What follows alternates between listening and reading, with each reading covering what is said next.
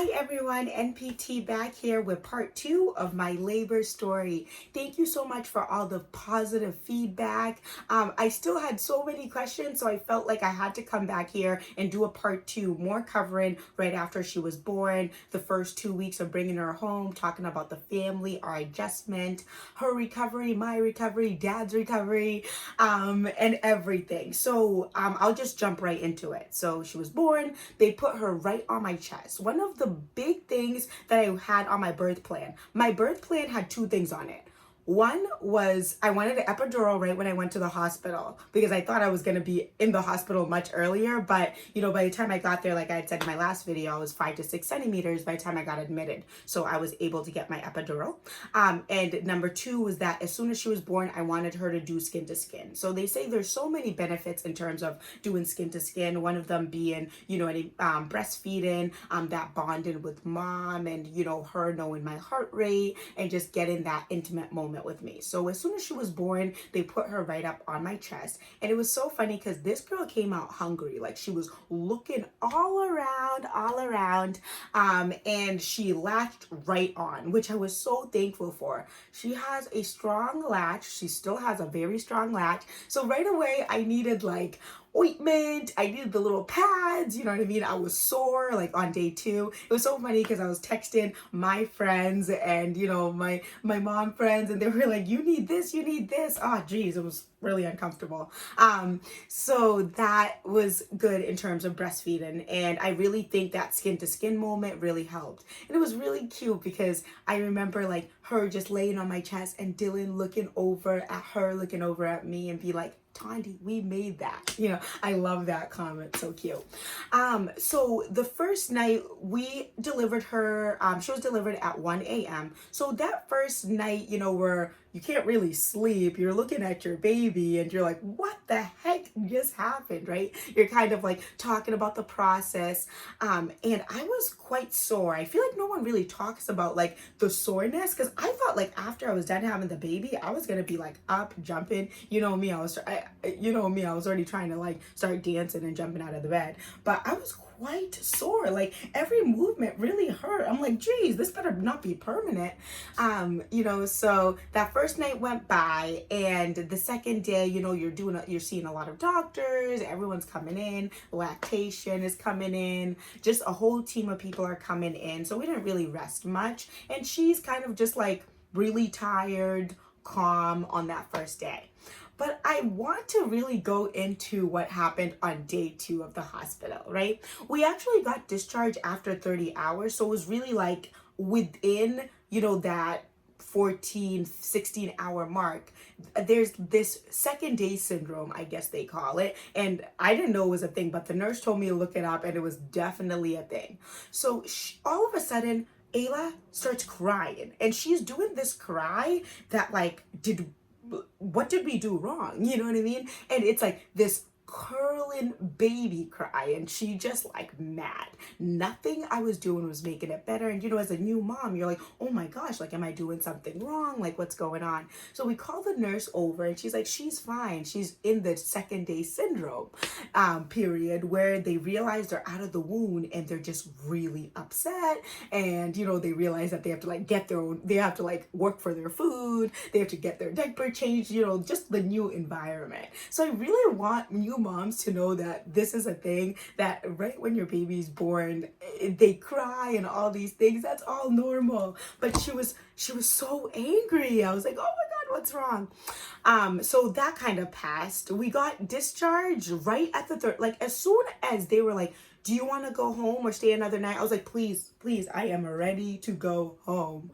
And it was really cute because we had set up the car seat, right? But we did not know how to actually put the baby in the car seat. I mean, we had put it in the car, all was good, but then we're getting discharged and they're like, okay, now you can put the baby in the car seat. And me and Dylan look at each other, we're like, we don't really know how to use the car seat and put the baby in the car seat. So it was really funny when the nurse come on over and put the baby in the car seat. And I remember that excitement of us going home. Like, I honestly felt like I had won the jackpot. Like, this perfect baby. We had, I was healthy, baby was healthy, dad was good, and we were getting to take her home, and she was ours. And it was so funny because I felt like I was like rushing to get out because I felt like someone was gonna come into our room and be like, nope, joking, she's not yours. Like was all a joke. I just wanted to get out of there. And I know I had posted a picture of us leaving, and we're so happy and just like proud parents. Like I had packed a suitcase, two suitcases, which was so funny because I probably used two things from the suitcase. So that's gonna be another post that I have to make in terms of what to put in your hospital bag, because I did not need 99.9% of the things I packed. I think the only thing I really needed was snacks because I don't want to even get into the hospital food. So we get discharged, we get home, and it was really funny because, Dylan's family, my family, they all wanted to see the baby. So our plan in terms of like, how are we going to have visitors over with COVID going on, right? So our rule was, if you have symptoms, you're not coming over, right?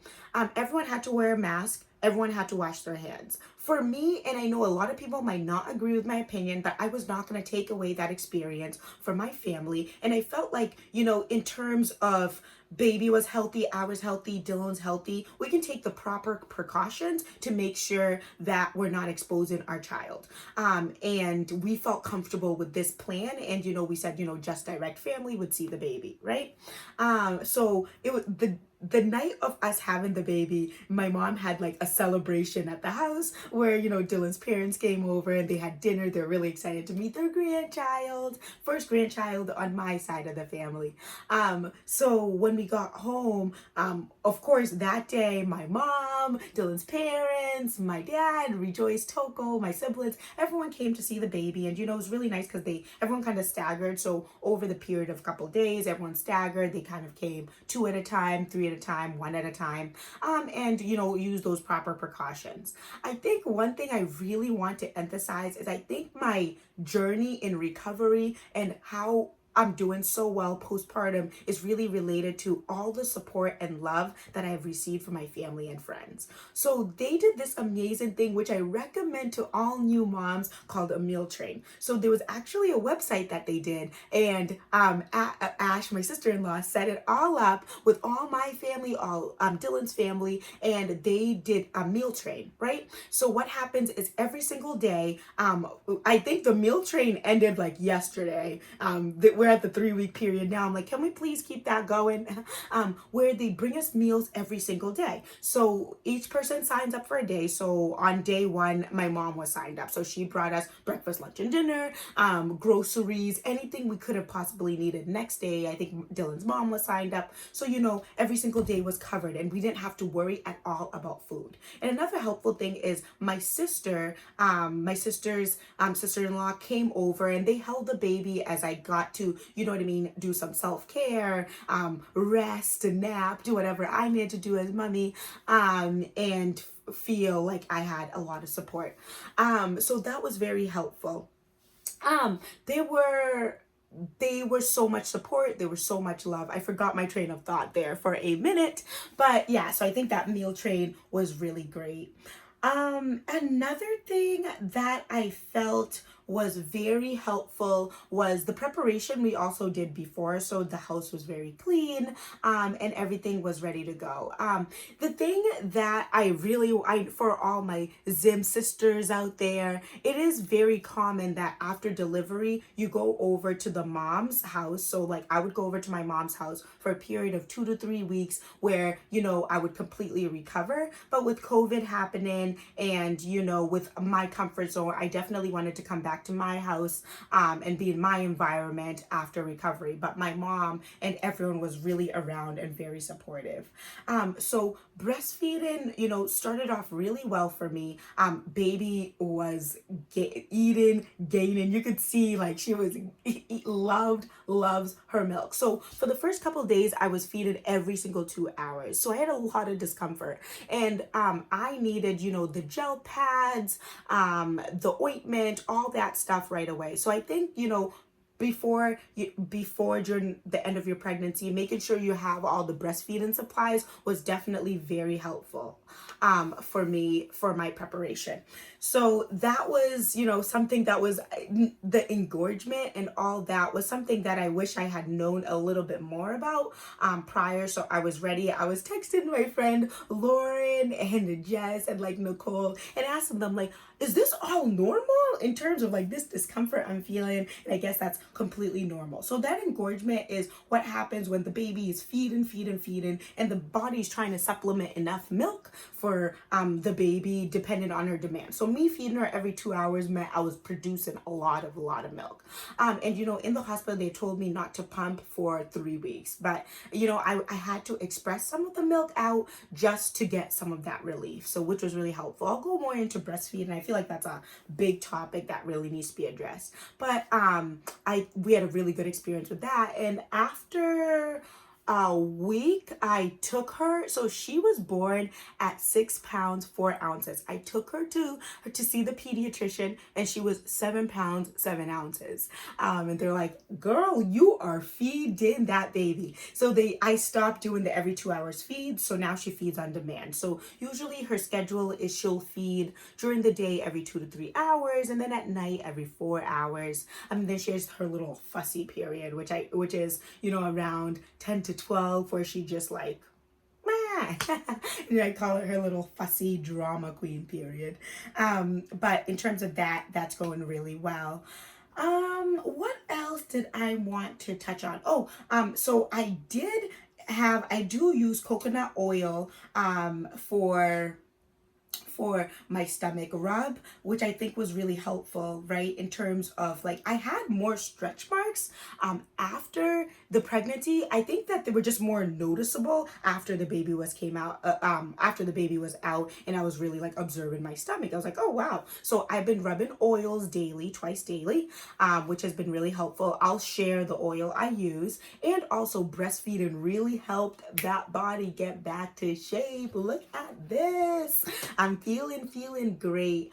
I was really sore. Everything was just sore for like a week. I was using ibuprofen, ice, even just like simple movements like getting out of bed was really uncomfortable. So I think, having that support, making sure that your partner, is really involved at that beginning, because like, at the beginning, like we always thought like, what's Dylan gonna do for me? I'm gonna be the one breastfeeding. What's his role as the dad? And I think what we have determined is like Dylan makes sure he's like with the baby when I'm napping, and he cuddles the baby when she's fussy, and he helps with cleaning, and he does all the things that I should not be worrying about at this time, or I think I shouldn't be worrying about at this time. Some people might disagree with that, but he's been really helpful. Like today, she woke up a little early. I fed her, changed her diaper, and then I was like exhausted. So I knew she was good in terms of the needs she needed. And Dylan took her out for an early walk, and I napped for like 3 hours. Like he took her out, and then he hung out with her this morning, and that really helped me out, in terms of me getting my rest. I think a big thing that's so important is every single day I get up, I get the baby ready, do everything she needs, and then I get myself ready. That includes doing my hair, taking a shower, getting dressed up, looking good. Self-care is so important, moms, right? Because you need to feel good. You need to feel good about your body, feel good about yourself, making sure you're eating breakfast, lunch, dinner, drinking a lot of water, making sure your needs are met so you can really meet your baby and your family's needs. So I think that's really important. Like I got my nails done, I got my eyebrows done. I'm not playing around.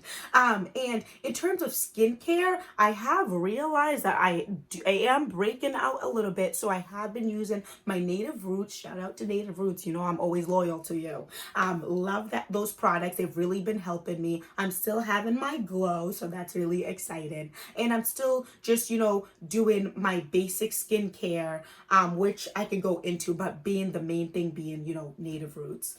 What other questions did I have?